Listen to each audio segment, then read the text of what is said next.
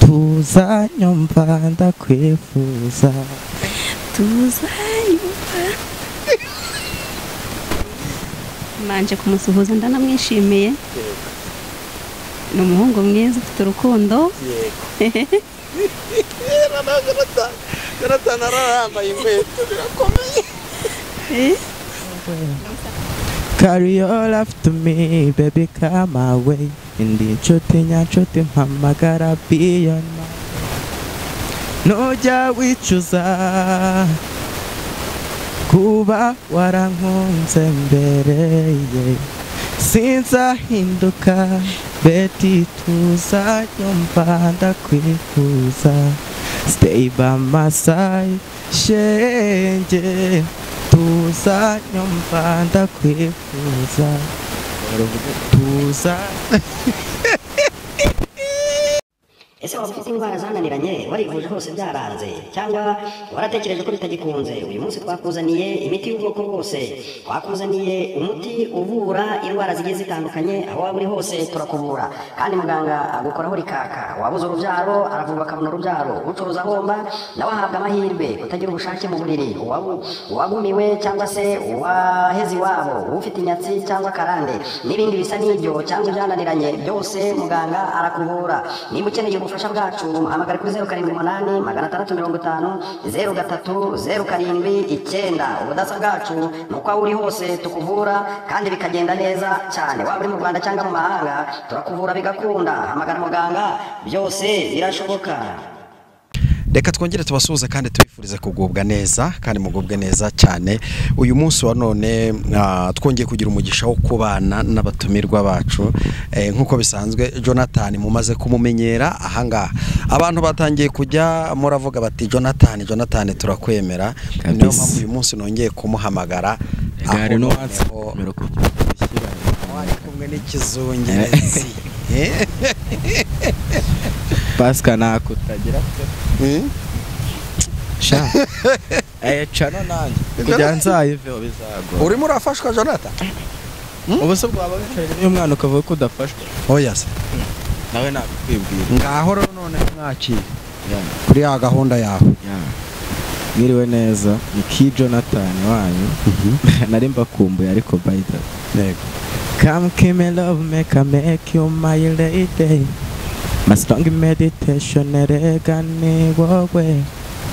Carry your love to me, baby, come my way. Indi nshuti nyanshuti mpamagara beyond my nujya wicuza kuba warankunze mbere sinzahinduka beti tuza nyumva ndakwifuza stay by my side shenge tuza nyumva ndakwifuza tuza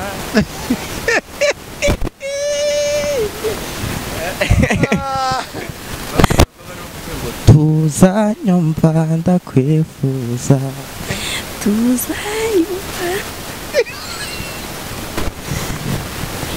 murakoze cyane nyine nongeye ndagarutse kandi ngarutse mwarimu nkombuye Yego muri iyi minsi ukuntu biba bitoroshye murabizi ariko nyine nanjye mbagira ngo nyine nshakishe imibereho mbone nakuza nyine uzabona uburyo utunga umugore niyo ntego yawe muri uyu mwaka kabisa ngira ngo barabizi. Dufite umushyitsi mwiza cyane araseka neza nkuko muri kubibona kabisa. Mushyikirize mikoro uraho neza?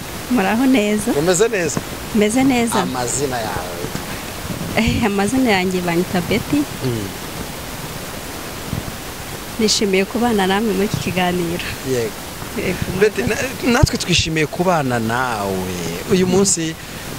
Wicaye kuri kamera uri kumwe na Jonathan ntakuzi nawe ntumuzi mwese muhuriye hano muri abatumirwa. Yego Jonathan umwumvise ute? Kuko hari ukuntu mbonye ukuntu bavuga ngo akari ku mutima gasesekara ku munwa hari ukuntu mbonye uhindukirwa uraseka urishima numva ni ibintu byiza cyane iyo mbonye umuntu unezerewe nanjye biranezeza. Jonathan umubonye? Jonathan manje kumusuhuza ndanamwishimiye ni umuhungu mwiza ufite urukundo. Yego. Jonathan ararambaye inkweto birakomeye. Gusa ndamwishimiye. Ya nyine ukuntu bivuze ngo ndarara nambaye inkweto ni nk'ibyishimo kubona ukuntu naje hano ku nkuru y'ubuzima bantera amabuye ariko ugasanga final nyine baranyishimiye cyane bamaze kubona icyangenzaga so nyine Wari umuciye mu ijambo. nyine muciye mu ijambo Ni byaho ukeneye ngo byihute. Wareze koko katuganira. Yego. Ati Jonathan ndabona ari umuhungu mwiza. Jonathan ni umuhungu mwiza. Nanjye ndamwishimiye. Nishimiye guhura na Jonathan. Ariko byabanejeje mwese. Sinzi no yanjye. Icyo mbasaba ni ukugira ngo mukore subscribe. Mukore subscribe kuko hano tuba dufite ibiganiro byiza kandi byiza cyane. Musubizeme. Yego, watubwiye ati ngewe nitwa Betty. Kandi ndabona kuri umukobwa. Yego. Ngize amatsiko. Ubwo kandi twinjira no mu kiganiro. Umukobwa wese ikiba kimurangaje imbere akenshi no kugira ngo azubaka urugo. Yego. Wumva uzubakana n'umusore umeze ute? Umusore nifuza kubakana nawe urugo. Nifuza icyambere nifuza umusore usenga, wubaha Imana. Yego. Icya kabiri nifuza umusore ufite ejo hazaza, ufite indangagaciro. Yego. Yego. Icya gatatu nshaka umusore unyubahira uko ndi akanyubaka mu gaciro. Yego. Yego, nibyo. Akakubaha akaguhereza agaciro. None uvuze ku kintu kijyanye no gusenga. Ntabwo twigize tukubaza wowe imyemerere yawe ni iyi? Imyemerere yanjye ndi umwangirikani. Yego. Abangirikani ni abarokore kandi? Ni abarokore. Bajya banywa agacupa. Bajya bakanywa? Ntabwo bakanywa. None ubonye umusore ufite indangagaciro nk'uko wabivugaga kandi ufite gahunda zo kubaka ariko yifatira ku mazi ahiye ameze nka Jonathan. Wabyemera? Ameze nka Jonathan. Yifatira ku mazi ahiye yinywera akantu mbese mu mvugo y'iki gihe. Yego. Kandi wowe uri umwangirikani uri umurokore ntabwo ukeneye umuntu mudahwanyije imyemerere. None ni ubonetse ntabwo wabyemera kugira ngo ugumeho? Oya, ntabwo nabyemera. Giti mu jisho urabe wumva ibintu bikomeje kugorana, ibintu bise bigorana. Oya. Ariko Jonathan turaza kuguhereza umwanya. Erega ntabwo ari wowe ari kuvuga ahubwo turi kwivugira Giti mu jisho. nanjye nyine nabona navuze ko ari ndi ariko yego. Mbwira ibintu bishyika nko kuri 3 cyangwa 2 abakobwa bagenderaho batoranya cyangwa se bahitamo umukunzi bashobora kubaka. Icyambere guhitamo umuntu muzabana. Icyambere nuko aba afite urukundo, agukunda akanabikwereka. Uko aba afite urukundo akagukunda akanabikwereka. Icyo ni icyambere. Icya kabiri nyine n'ibiganiro mugirana, ukuntu agufata, uko akuganiriza bituma nawe ufata umwanzuro wo kuvuga ati uyu niwe wanjye tuzabana. Hari ikintu abakobwa bakunda kugarukaho cyane cyitwa gusohoka. Kuki wowe utakigenderaho? Uramutse ubonye umusore ugusohokana akakujyana ku mazi, kujyana kwa Kirenga ukarya ifi, akakujyana ubwo kandi Kirenga ndamwamamariye azangurira akakujyana Igisenyi ku mazi, akakujyana Green aho hantu. Uwo nguwo hari icyo bitwaye se? Kabone nubwo atakubaka ariko Oya, ntabwo ari we nkeneye umusore ufite gahunda ushaka kubaka. Atari uwo kuryoshya ngo twagiye ku mazi, ariko n'abakundana bajyana ku mazi, ariko akaba afite gahunda y'urugo. gahunda y'urugo. Yego. None se ubundi ko abakobwa benshi muri iki gihe bari kujya batinya kubaka urugo, ni nk'iki cy'ubundi mutinya, ni igiki mutinya yenda uvugishije ukuri nyine kugira ngo n'abandi badukurikiye babyumve, ni igiki gituma abakobwa benshi bari gutinya gushaka? Gutinya gushaka, Nkawe ni icyo utinya mu rushako basa? kimenya mu rushako, ntinya ko umugabo yazansha inyuma, Kimwe. nicyo cya mbere ntinya. Yego. Ubwo nicyo kintu gishobora kukubabaza? Nicyo cyambabaza cyane. Ubwo se ataguca inyuma akagukubita wakwihangana? Kubera ko nshaka kubaka, sinshaka umugabo uzajya nkubita. Nshaka Yego. umugabo mwiza ushaka kubaka. Ushaka kubaka. Yego. Ntabwo nshaka rero wa wundi uvuga ngo azajya nkubita, ngo azajya jya kunsha inyuma, uwo ntabwo ari we nkeneye. Ntabwo nigeze nkubaza mu rugo, nta nubwo ariyo ntego aho uvuka, ariko hari uturere tumwe na tumwe tugiye dufite systeme yitwa ndongora n'itungo. Ashobora kuza akukunda, akubaha, taguca inyuma, tagukubita, ariko nta kazi afite, ni sakintu. Nasa kintu. None se aje gutyo byagenda gutyo? Oya, ntabwo nshaka umugabo uza gutyo. Nshaka umugabo nanjye nzamura, sibyo? Yego. Ntabwo nshaka kuba ndongora n'itungo. Nshaka ko dufatanye ubuzima nyine tukamenya ko twubatse. Yego. Yego. Ngaho niba guhembe korotubwi. So nyine urugero natangaga ni nkanjye tu, ariko njyewe abonye umuzungu barakoze cyane, ntabwo yamamagariye ubusa, yakiranye Gushyiraho ako ariko mu binyobwa ukunda ikihe kinyobwa? Yenda ntukivuge mu izina ryawe. Ukunda ibisembuye cyangwa ibidasembuye? ibidasembuye.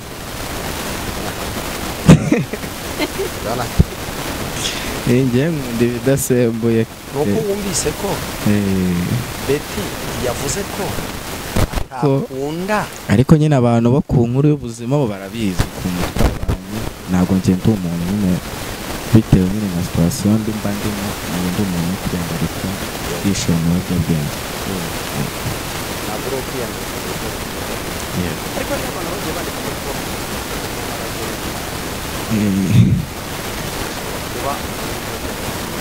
oya nyine umuntu abantu bakomeye cyane. Impamvu nyine buriya mu buzima bw'umuntu biragoye yuko nyine wamuhindurira mindset, kandi nyine biragoye nyine uko agufata ngo nyine wongere ahindukire agufate ukundi kuntu ushaka.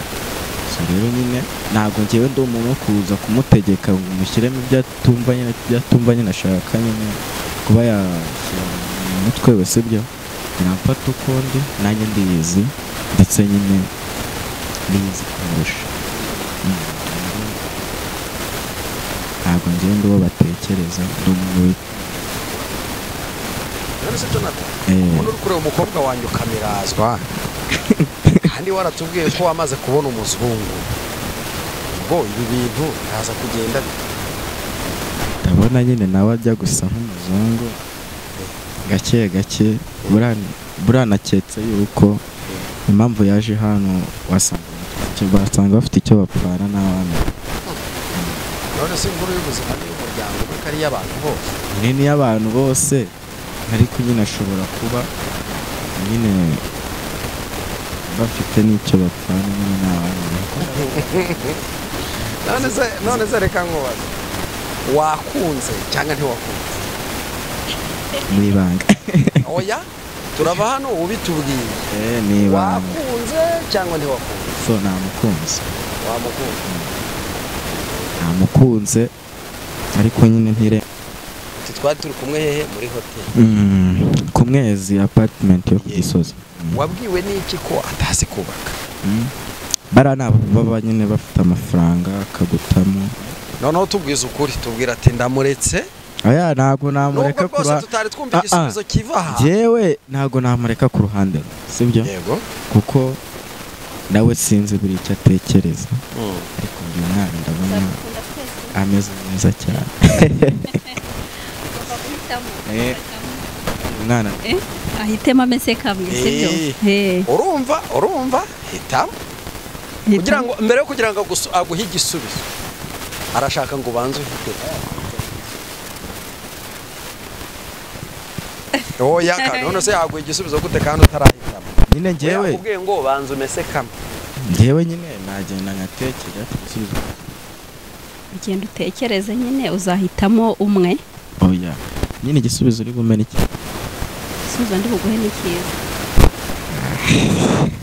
natahita ushyiraho akaririmbo ntabwo nabyihangana ajya ko akaririmbo kawe ni akahe indirimbo zanjye ni nyinshi cyane ako si undi ko mutajya mu masubscribe dushaka iyawe iyanjye ndayifite iravuga ngo ariko zo ni z'ubuzima ntabwo zibera nta kibazo yayitarira nicyo kibazo niba yankunze numurize nyine none se icyo ushinzwe okay oya ntago nshaka kumuriza nshaka kumushimisha murize amarira y'ishimwe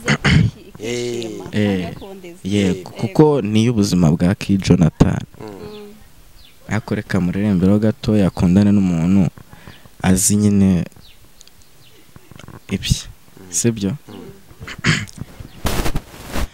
burya ryashyamba nasanze atari ryero ibyo nibwiraga nasanze atari ko biri navuye iwacu heza nerekeza i Kigali nzigambwe y'ababyeyi ko nzavamo komeye ibyo nibwiraga nasanze atari ko biri i Kigali ibyo ushaka si ibyo ubona ibindi ubona ibindi I'm sorry mama ishyamba si ryeru namba I'm sorry tati ndabyemeye kwinjira imyuga burya iyo mbimenyerera ku muziro mawe mbyaye yangiraga inama nkamwima amatwi nkigira uwa kera na papa nkunda nshyiraho igitsure mfunga umutwe nigira uwa danje bidatinze naje kubona ibikwiye irya mukuru ryatenda n'iryahera